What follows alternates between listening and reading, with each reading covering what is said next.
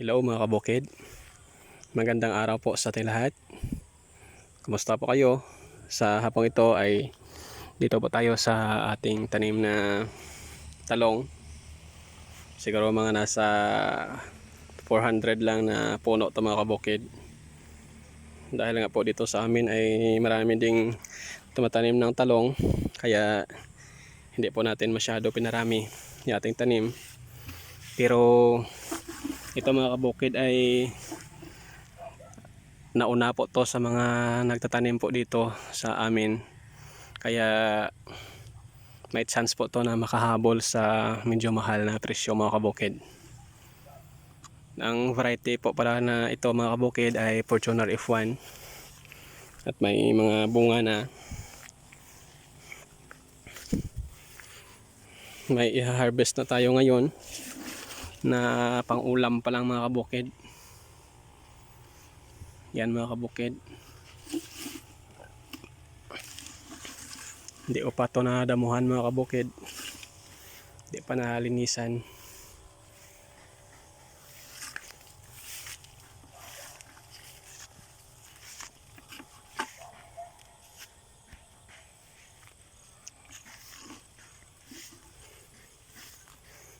Mga 2 buwan na rin po ito mga kabukid na na-transplant. Kaso nga po medyo matagal sa makabawi dahil sobrang lakas ng ulan ng mga nakaraang buwan. Yan mga kabukid, may bunga na at mga mahahaba mga kabukid. Nipron ko to ng nakaraang linggo, kaso ngayon sobrang dami na rin ng mga dahon saka mga sanga-sanga sa ilalim. So hahanap lang tayo mga kabukid ng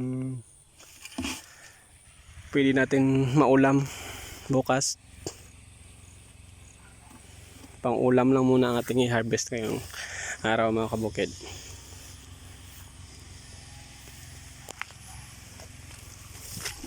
Doon po tayo sa dulo mga kabukid maghanap, dahil kanina nung dumaan ako dito ay marami akong nakikita na mga bunga-bunga na pwede nang i-harvest.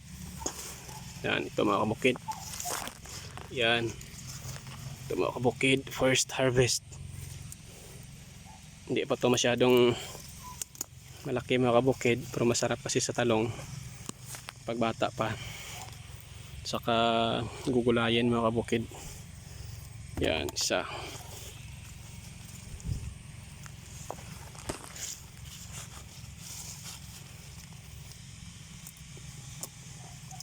Dalawa.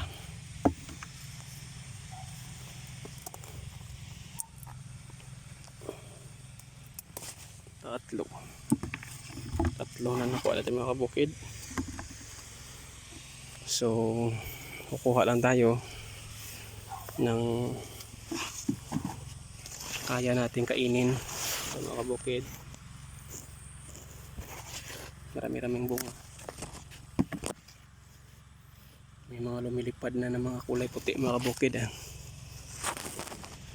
Mukhang mag-spray muli tayo nito ng para sa mga insekto mga kabukid.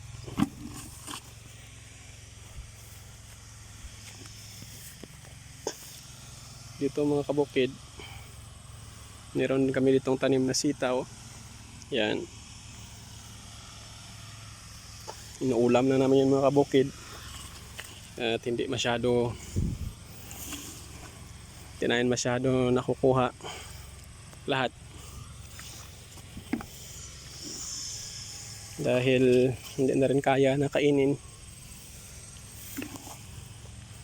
Hindi rin namin na binta mga kabukid, yung sili lang ang binibinta namin, yung sitaw at saka talong na ito panggulay lang. Pero yung talong na ito mga kabukid, next week ay harvestan po natin ito ng pambinta mga kabukid, pambili lang ng ng abono at saka yung pang spray natin dito mga kabukid para sa mga insekto. Yan. Medyo marami-rami na tayong na-harvest mga kabukid.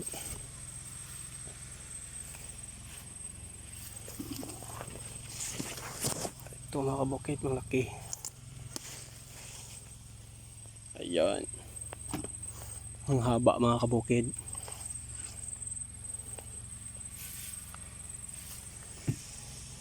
So, dito lang po muna natin i-end muna mga kabukid ang ating video. At salamat po sa panonood. At God bless po sa ating lahat.